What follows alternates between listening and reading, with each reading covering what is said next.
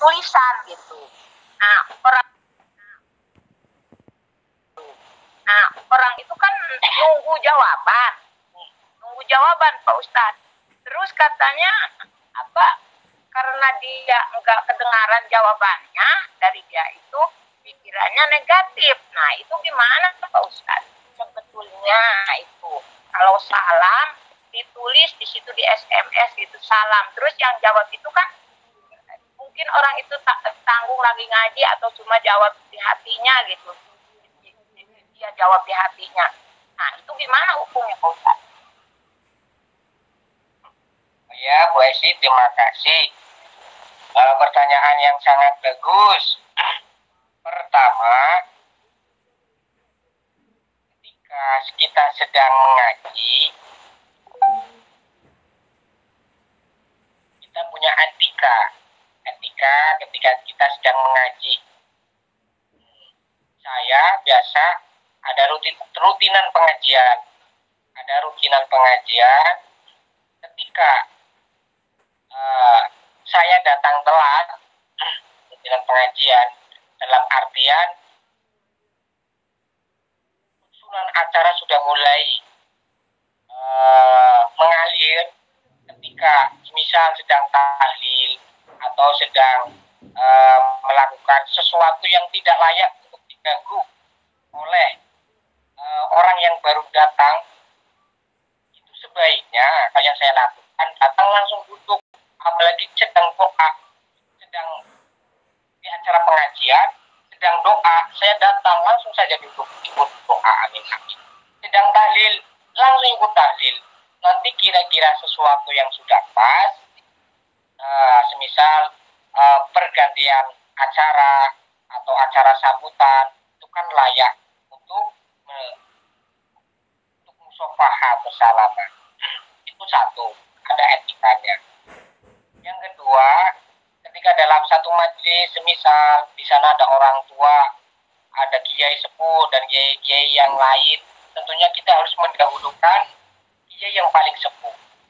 Langsung sowan ke depan kepada kiai sepuh. Kalau di dalam satu forum seperti ini, ya seperti yang dilakukan biasanya. Assalamualaikum Pak Ustadz, seperti itu. Ya walaupun saya paling muda, karena posisi saya itu masih muda, tapi saya nggak salam-salam. Akhirnya Ibu Esi dulu yang salam kepada saya. Saya bingung salamnya kepada siapa, bingung soalnya. Seperti itu.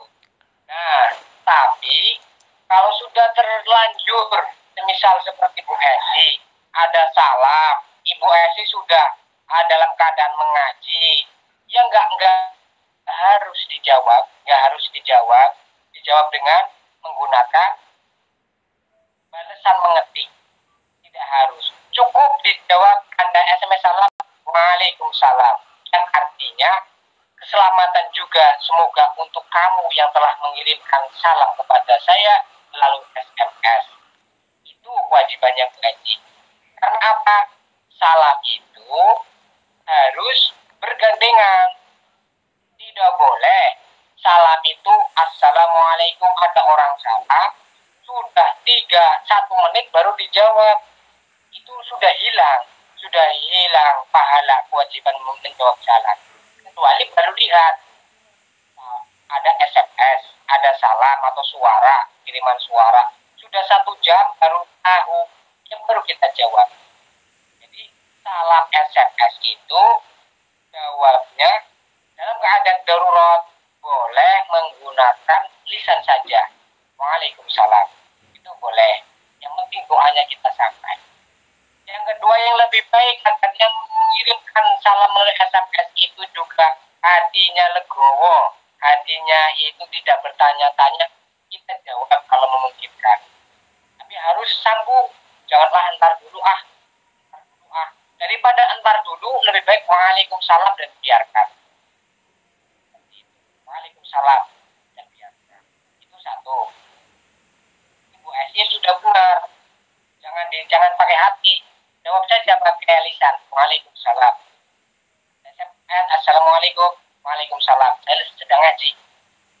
teruskan ngaji, apalagi sampai meninggalkan guru, menghadap guru malah sibuk menjawab salam yang SMS, kan berarti kurang etikanya kurang. Kemudian yang kedua juga itu untuk tolak ukur bagi yang mengirimkan salam, Bu Esi dan semuanya, itu sebagai tolak ukur diri kita. Ketika kita mengucapkan salam, entah itu ke dalam forum, dalam grup, atau kepada seseorang ketika berpapasan ketemu atau di perkumpulan kita mendatanginya, kita mengucapkan salam, itu tentunya reaksi orang-orang yang kita beri salam itu berbeda-beda. Kadang ada orang yang saat dikasih salam itu nggak mau menjawab, padahal berhadapan dalam satu majelis. Ada yang menjawab dengan antusias, ada yang tidak menjawab sama sekali. Nah, itu bisa menjadi tolak ukur. Sebenarnya kita ini mengucapkan salam itu karena Allah memerintahkan kita untuk mengucapkan salam ketika bertemu atau masuk kepada satu perkumpulan atau masuk ke dalam rumah. Itu karena Allah, karena mengharap pahala dan ridho dari Allah, atau mengharap balasan, dibalas waalaikumsalam. Itu. Kalau kita tidak dijawab, kita mengucapkan salam, kemudian yang kita salam itu tidak menjawab, kita terus ada perasaan tidak enak. Tidak enak, apalagi sampai marah-marah, menuduh dan menerka-nerka orang, baru ada punya kayak gini, udah sombong, udah ini dan itu. Apalagi punya pikiran orang kuat kapan itu, kapan seperti itu, muncul sesuatu yang kotor pada diri kita. Itu berarti menunjukkan bahwa salam kita saat itu bukan karena Allah. Dan kemungkinan besar salam-salam kita sebelumnya ketika kita beribadah kepada Allah, mengucapkan salam itu tidak lillahi ta'ala. Itu bisa menjadi ukuran, Bu Esi. Ya, Jadi kesimpulannya, satu, ketika ada salam melalui SMS, itu ketika dalam keadaan yang longgar, baiknya segera dijawab dengan jawaban SMS juga. Assalamualaikum, jawab waalaikumsalam, pakai SMS juga. Dalam keadaan tertentu cukup pakai lisan waalaikumsalam. Seperti itu. Itu satu. Yang kedua, ini lebih dan jawaban lebih. Kalau kita yang mengucapkan salam, yang kita salami tidak seperti yang kita harapkan, nah itu bisa menjadi barometer diri kita. Sebenarnya salam kita saat itu lillahi ta'ala atau li Ibu Esi atau li siapapun yang kita salami. Kalau kita lillahi ta'ala tentunya mau dijawab, mau tidak dijawab, mau yang saya cari adalah ridho Allah. Saya tidak menginginkan jawaban. Allah memerintahkan saya untuk mengucapkan salam ketika berjumpa dengan siapapun umat Islam. Allah memerintahkan saya untuk mengucapkan salam ketika saya masuk dalam perkumpulan. Mau dijawab atau tidak dijawab itu bukan urusan saya. Urusan saya menjalankan perintah Allah. Itu mestinya seperti itu. Tidak boleh ada rasa tidak enak. Tidak boleh. Kalau ada rasa tidak enak, itu menunjukkan salam kita saat itu bukan karena Allah. Itu ada PR bagi diri kita. Dan kemungkinan besar salam-salam kita sebelumnya dulu yang telah dijawab oleh orang-orang yang tidak ada respon yang tidak baik, itu sebenarnya juga bukan lillahi ta'ala. Astagfirullah. Itu Bu Esi. Makanya harus kita senantiasa sering-sering basa Jawane iku ngragap gitu. Sering introspeksi diri. Sebenarnya aku ini sebatas mana sih? Dalam salam saja kita introspeksi diri kita. Dalam salam kita. Seperti itu Bu Esi, bisa dipaham nggak Bu Esi? Ya Pak Ustadz, mengerti sekali. Terima kasih Pak Ustadz, penjelasannya saya ngerti. Dengar semua? Alhamdulillah. Alhamdulillah Bu, dengar Bu. Waalaikumsalam. kampung ini malahan. Assalamualaikum Pak Ustadz. Waalaikumsalam warahmatullahi wabarakatuh. Umi mau nanya nih tentang hamba terhadap tentang seorang hamba terhadap Sang Pencipta. Nah, Umi pernah dengar ya, seorang hamba tidak akan mengenal Allah sebelum ia mengenal diri kita sendiri. Nah, itu pencerahannya yang gimana coba Ustadz, biar kita dengerin. Ya, terima kasih Umi. Ada salah satu makalah, ada yang mengatakan itu adalah hadis, ada yang mengatakan itu adalah kalimat bijak salah satu filosofi Yunani dulu, Aristoteles atau Socrates. Man arofa nafsahu faqad arofa rabbahu. Barang siapa yang bisa mengenali dirinya sendiri, maka dia akan mengenali Tuhannya. Dan kebalikannya, barang siapa yang tidak mengenali dirinya sendiri, dia tidak akan mengenali Tuhannya. Ini masyhur, pembahasan ini masyhur biasanya di pembahasan kajian-kajian tasawuf. Artinya sejuta makna. Tergantung siapa yang mengartikan dan mau dibawa kemana. Nih,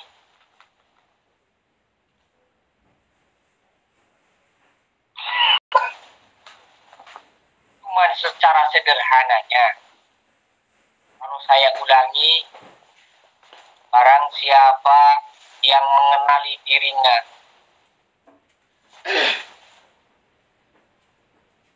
maka dia akan mengenali Tuhannya.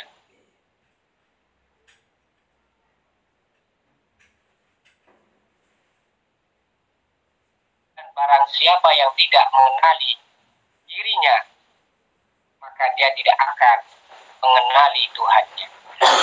Pertama saya nukil dalam kitab Ta'limul Muta'alim, sana dijelaskan arti daripada man arofa rabbahu faqad man arofa nafsahu faqad arofa rabbahu. Barang siapa yang mengenali dirinya sendiri, maka dia akan mengenali Tuhannya. Artinya, barang siapa manusia yang memahami, mengenali status dirinya sebagai seorang hamba,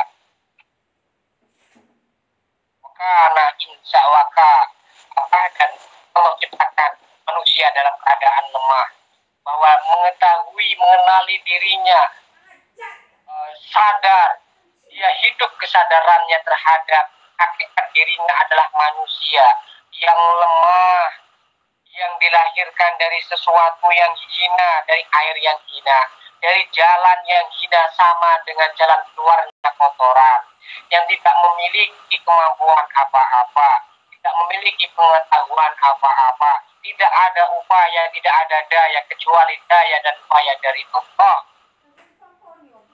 tidak memiliki hak apapun. Barang siapa yang sadar, kenal dalam artian sadar dirinya adalah semacam itu, dan kelak akan menjadi bangkai, akan menjadi bangkai, akan dilupakan oleh semuanya, hanya akan menjadi makanan cacing tanah dan menyatu lagi dengan tanah, diinjak-injak, dibuangi kotoran, hingga di tempat pembuangan limbah. Sadar akan itu semua, tentunya dia akan sadar ada Allah yang maha segala-galanya, maha kebalikan daripada seorang hamba. Seorang hamba lemah, Allah maha kuat. Allah yang memiliki segala-galanya.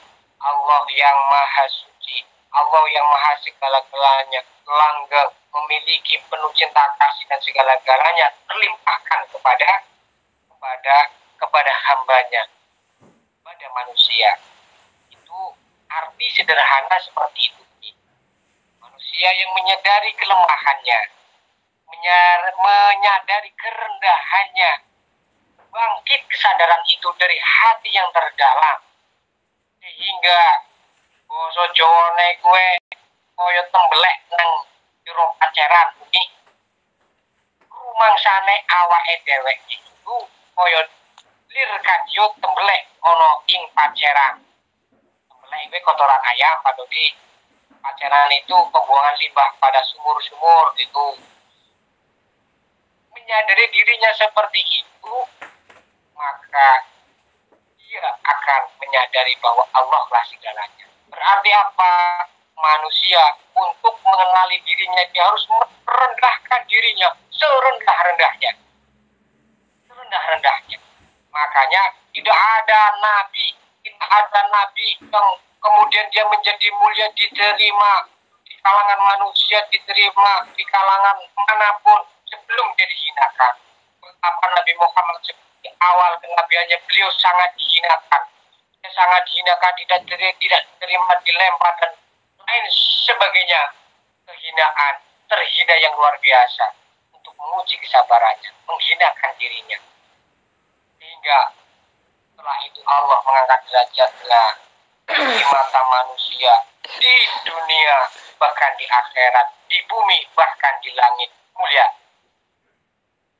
Setelah dihinakan, kita pun kalau kita ingin mulia, hinakan diri kita, rendahkan diri kita, karena hakikat kita itu adalah rendah. Nah, itu adalah mengenali diri kita adalah dengan mengenali kerendahan diri kita, dan tidak ada daya dan upaya diri kita. Kita bahkan tidak mampu untuk menahan satu rambutku atau kuku pun untuk tidak tumbuh. Ukurannya jangan tumbuh, ini sudah ukuran yang pas. Ini rambut sudah bagus, jangan berubah menjadi putih. Kita tidak mampu. Kita tidak mampu. Bahkan kita sendiri tidak mampu mengurusi diri kita sendiri. Di dalam tubuh kita ada ribuan sesuatu yang bekerja dan kita tidak campur di dalamnya, mengalir itu sendiri. Kita hanya tinggal menikmatinya saja. Kotoran itu juga keluar sendiri. Cuma kadang-kadang kita membantu untuk menikmati, kita ngeden itu saja. Keluar sendiri itu kotoran. Keringat juga keluar sendiri. Kita keluarkan. Cuma kadang-kadang kita bekerja agar keringat itu keluar. Kita punya apa-apa. Nah, setelah itu kita akan bangkit juga kesadaran akan keagungan Allah. Amin ya Allah. Akan kekuasaan Allah. Itu yang paling dasar ini. Ada 1000 makna. Itu yang paling dasar. Kapan-kapan kalau ada kesempatan bisa hanya dengan Umi atau di dalam grup kita obrolkan. Itu dulu. Ya, terima Kalau kasih. kita ingin mengenali Tuhan kita, mengenali diri kita. Bagaimana mengenali diri kita? Rendahkan diri kita, bangkitkan kesadaran bahwa diri kita itu adalah rendah, diri kita itu adalah hina. Seperti itu. Sebagaimana Nabi Muhammad ketika dipanggil menghadap kepada Allah, Nabi Muhammad, siapa engkau wahai Muhammad? Aku adalah hambamu yang hina, hambamu yang yatim, yang fakir. Seperti itu jawaban Nabi. Bukan Rasulullah, bukan menjawab aku Sofiullah, aku seliranmu wahai Allah, tidak. Aku adalah hambamu yang hina ya Allah, yang fakir, yang yatim, yang miskin. Seperti itu. Makanya ketinggian derajat Nabi itu karena saking tawadhu'an Nabi. Karena itu Umi dan semuanya, mari kita rendahkan diri kita tanpa merendahkan diri. Rendahkan diri kita tanpa rendah diri. Karena jangan sampai kita merendahkan diri tapi kita menjadi orang yang rendah diri. Rendahkan hati kita tapi jangan sampai menjadi orang yang rendah diri. Penting itu Umi, semoga bisa dipaham oleh saya sendiri dan bisa bermanfaat. Karena kalau kita sudah merasa hina Umi, mau dihina, mau difitnah, mau di apa, nggak ngaruh. Mau disakiti, mau dikhianati, Karena di dunia ini hidup, kehidupan dunia itu adalah dengan hitam dan putih, gelap dan terang. Cocok lan ora cocok. Uripe dhewe itu selalu dua. Cocok dan tidak cocok. Kita tidak akan berhidup dengan sesuatu yang cocok terus itu tidak akan. Dan kita tidak akan hidup dengan sesuatu yang tidak cocok terus itu tidak akan. Pasti selalu silih berganti, cocok dan tidak cocok. Baik saya dengan Umi Banat, saya dengan istri saya dengan anak saya dengan ibu saya dengan kejiwaan saya sendiri. Selalu ada dua, cocok dan tidak cocok.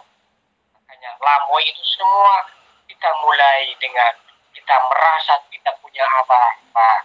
Kita hanya sekedar menjalankan. Saya lemah, saya hina ya Allah. Engkau yang maha segala-galanya. Engkau yang maha segala-galanya ya Allah. Yang maha kuasa, maha perkasa. Saya ikhlaskan segala-galanya. Jalankan atas kehendak-Mu ya Allah. Seperti itu Umi.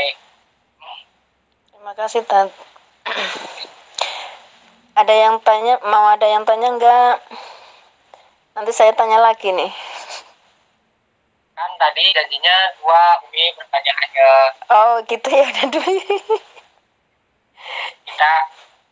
Kita lanjutkan dengan tadarus. Mungkin keluarga semuanya ada yang target ingin sekali khatam, 2 kali atau 3 kali. Monggo saya mendoakan semoga menjadi amal ibadah yang benar-benar menghidupkan bulan Ramadan. Amin. Menjadikan Amin. dosa-dosa kita semua yang telah terlampau diampuni oleh Allah. Dan Amin. kita menjaga dari dosa-dosa yang belum kita lakukan. Dan Amin. juga yang ternyata kita lakukan. Amin. Yang belum kita lakukan telah diampuni oleh Allah. Amin ya Allah ya Rabbal Alamin. Amin. Allahumma innaka afuwwun karim tuhibbul afwa fa'fu 'anna. Allahumma Amin. innaka afuwwun karim tuhibbul Amin. afwa fa'fu 'anna.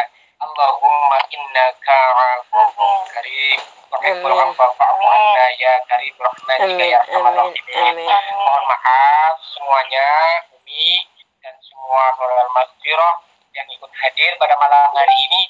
Mohon maaf atas segala kurang sopan santunnya dan segala kurang lebihnya, dan terima kasih atas seluruh perhatiannya. Semoga menjadi amal ibadah buat kita semua pertemuan kita pada malam hari ini. Akhiran, wassalamualaikum warahmatullahi wabarakatuh. Waalaikumsalam warahmatullahi wabarakatuh.